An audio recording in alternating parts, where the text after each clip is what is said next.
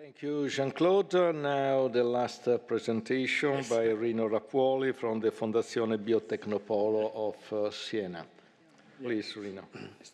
Yes. Well, thank you. It's a great pleasure really to be here and talk to you. I'm a person who's been spending 40 years developing vaccines, so my view is going to be a little bit different. In fact, I started with a slide that obviously you know very well. Basically, it summarizes the last 45 years, where we had 3 pandemics, 8 emerging infections. And as you know, I mean, I had a huge impact on health, economy, national security. Well, if you look just the deaths, if you put together HIV, 43 million, COVID, 7 million official, probably more than 20 in reality. So, well, you know these things very well. The reason to show this is I wanted to share with you this slide from the eyes of someone who's developing vaccines. So, when the SARS came in 2002, I started making a vaccine.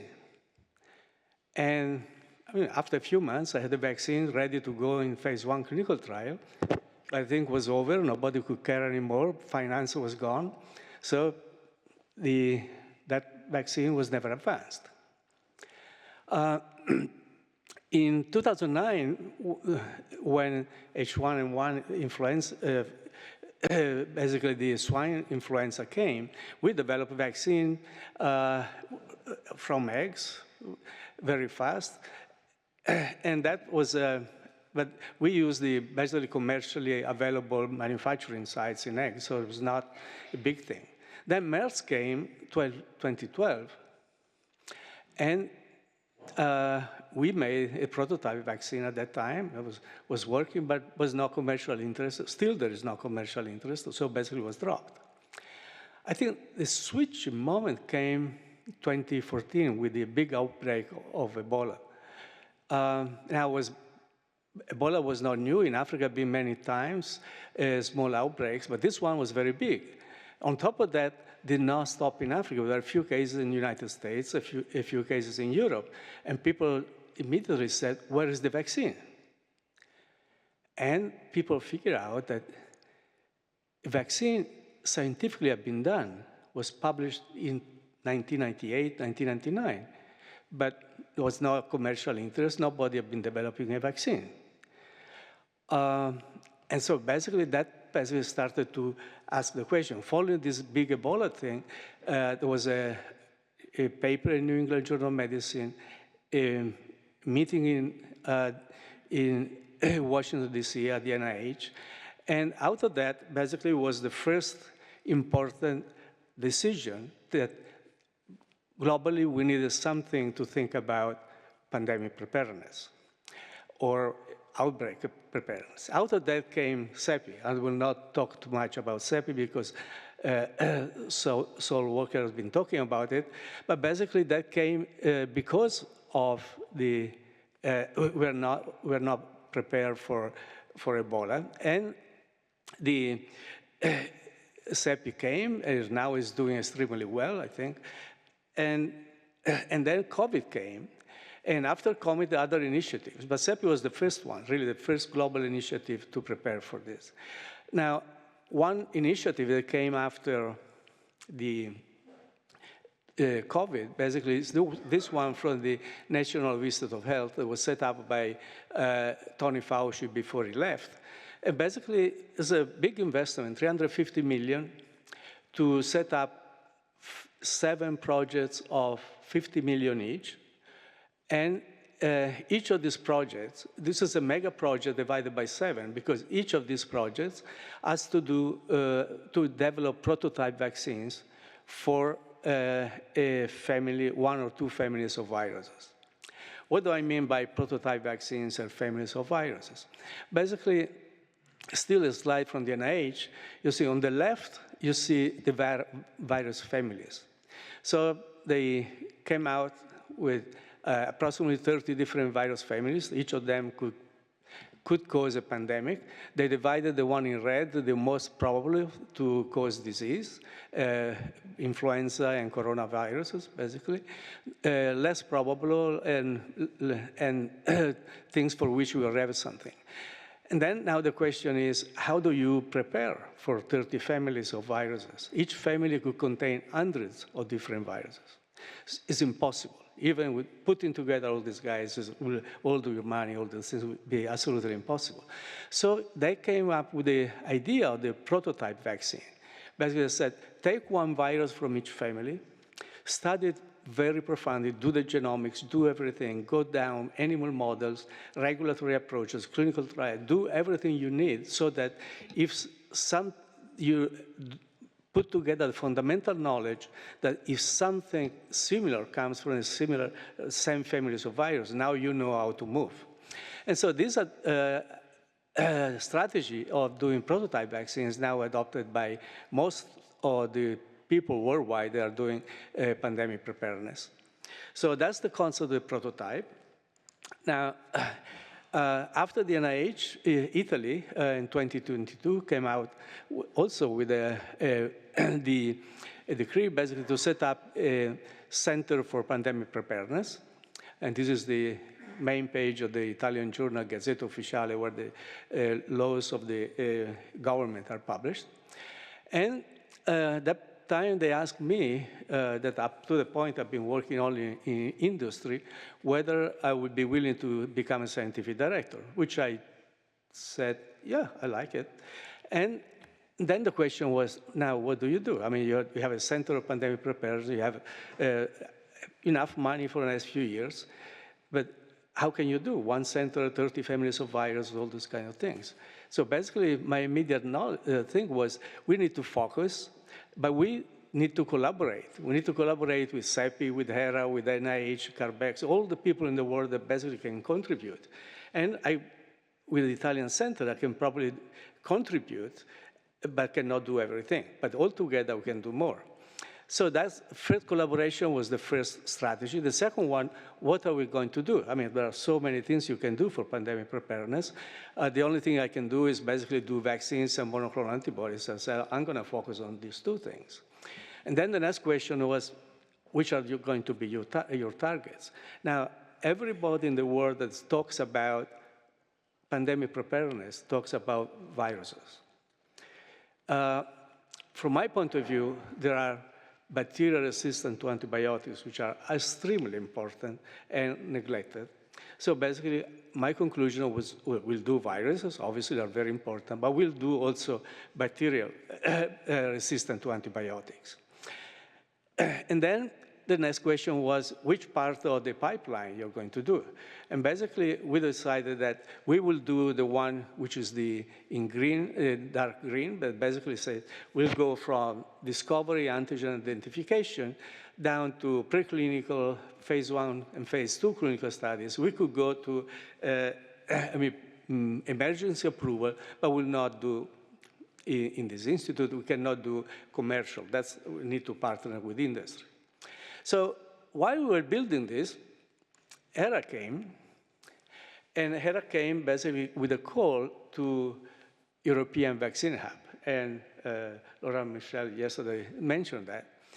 And we decided to apply to that, and we successfully applied, and now we are managing that.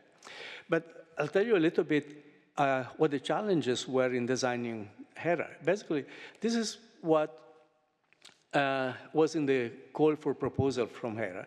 They said they wanted a permanent structure, agile in management, sustainable beyond the initial funding, but basically the emphasis was being very agile. That was point one. Point two was, oh yes, you need to be agile, but you need to be able to reach anybody in Europe that can contribute. Now, agility and inclusion is very difficult to put together. We spent time basically to try to see how we could put together agility and inclusion. And we came up with a design which like this, which is very European, as a Greek temple. But basically, it's we need to be agile. So we said this European Vaccine Hub is going to be based on 4 pillars. So discovery, preclinical, clinical, and manufacturing. So that will allow us to be very agile. And in the yellow strips you see, the goal will be for each of these pillars to have all the platform and the infrastructure you need to discover vaccines, to do preclinical studies, to do clinical studies, which are extremely critical, especially in Europe, where during the last pandemic we were not able to contribute much, and to manufacture. And once you have this, basically you can do the things in the blue arrow, which is basically development of real products. And how do we connect with the rest of Europe? I mean, and you see at the bottom of each pillar, there are arrows, 1 point in and 1 point out. And that basically means that each pillar, each part of the European Vaccine Hub can interact with what we call the larger ecosystem, which are all European vaccine manufacturers, European biotechs, academia, all the European projects. And so that basically the idea is that anyone can contribute, can come in at any time in each of the pillars and bring projects or take out projects or collaborate. So that's the way we try to put together the agility, decision-making, and the things. Now, the 4 pillars are based on 4 institutions, which are the Biotecnopolo in Italy that I'm running, the Institut Pasteur in France, for the preclinical, the clinical Biotecnopolo in Belgium, and the pillar 4, the manufacturing CEPI in Germany. So, and what's the philosophy of the European Vaccine Hub? Well, the European Vaccine Hub is basically trying to put some order or help coordinate, if you like, what's going on in Europe. You see, in Europe, you look at the part in the left, you have many initiatives. Many of them are excellent. You have biotechs, you have European vaccine manufacturers, you have national initiatives, you have Horizon projects, you have academia. But, I mean, all of them are basically isolated, not necessarily going in one direction.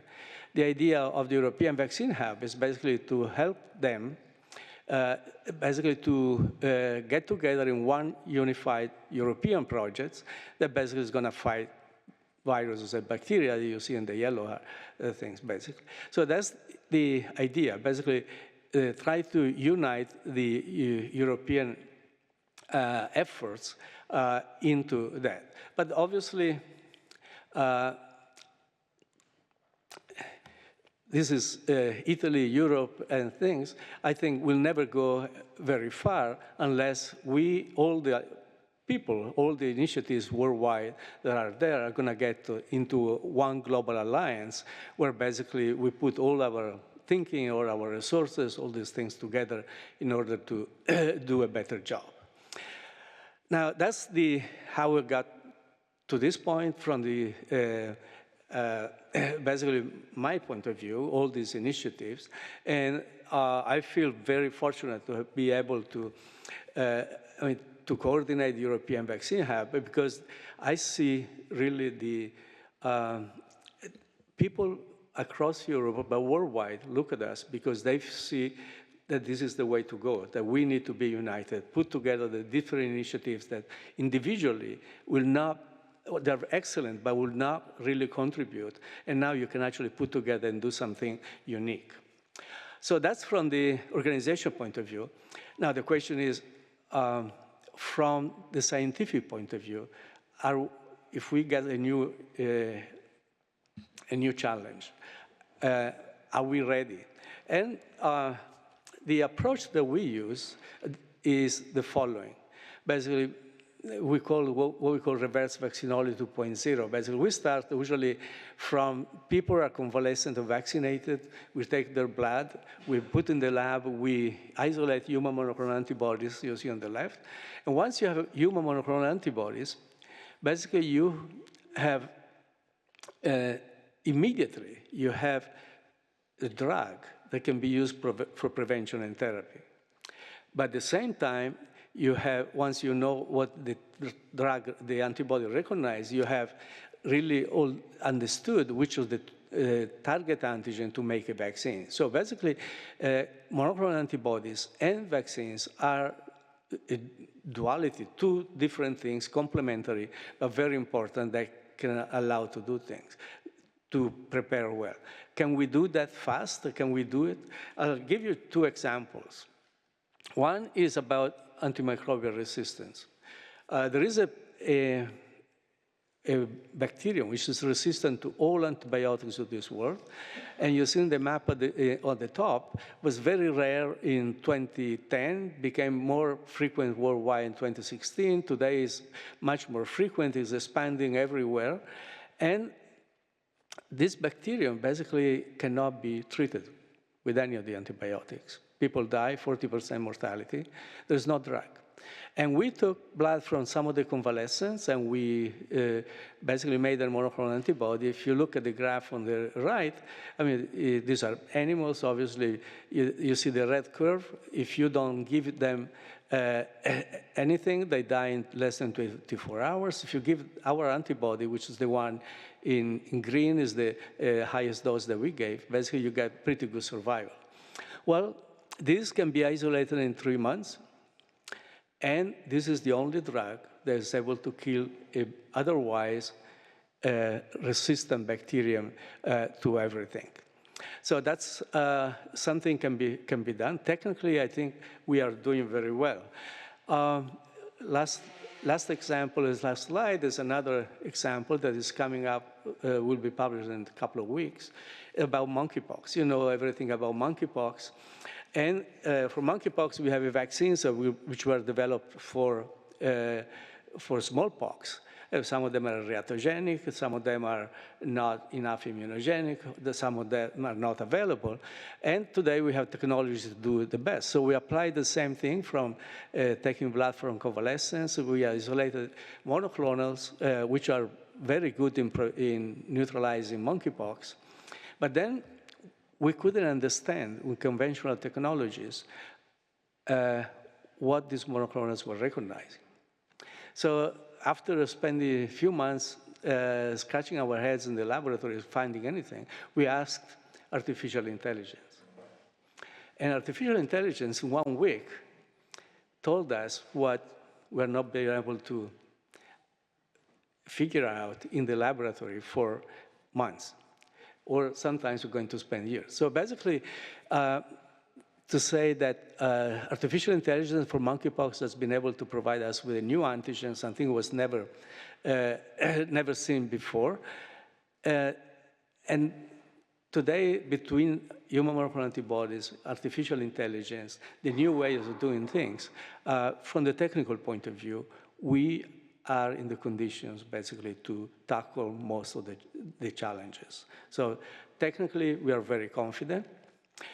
We can make them. We can probably make them fast. We can probably, through CEPI, reach the 100 days, both for monoclonals and for vaccines. My nightmare is that we'll make all these things, and then they will not be produced, or will not be purchased, or will not be basically will not be stockpiled, so nobody is going to use them. So that's my biggest nightmare. Thank you.